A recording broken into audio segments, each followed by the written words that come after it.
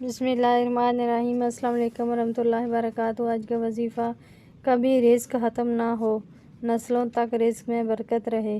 ناظرین، اگر آپ رزق کی تنگی میں گھرے ہوئے ہوں، یہاں کہیں سے رزق کا کوئی وسیلہ نظر نہیں آ رہا ہو تو یہ عمل کر لیں۔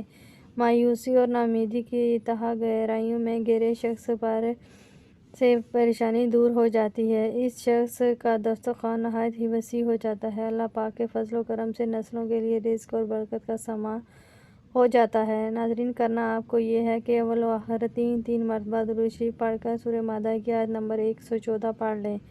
زندگی بھر اس کا معمول رکھیں۔ انشاءاللہ اس عمل کی برکت سے رزق کبھی ختم نہیں ہوگا، نسلوں تک جاری رہے گا۔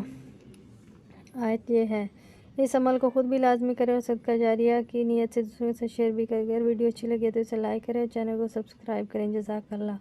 السلام علیکم ورحمۃ اللہ وبرکاتہ۔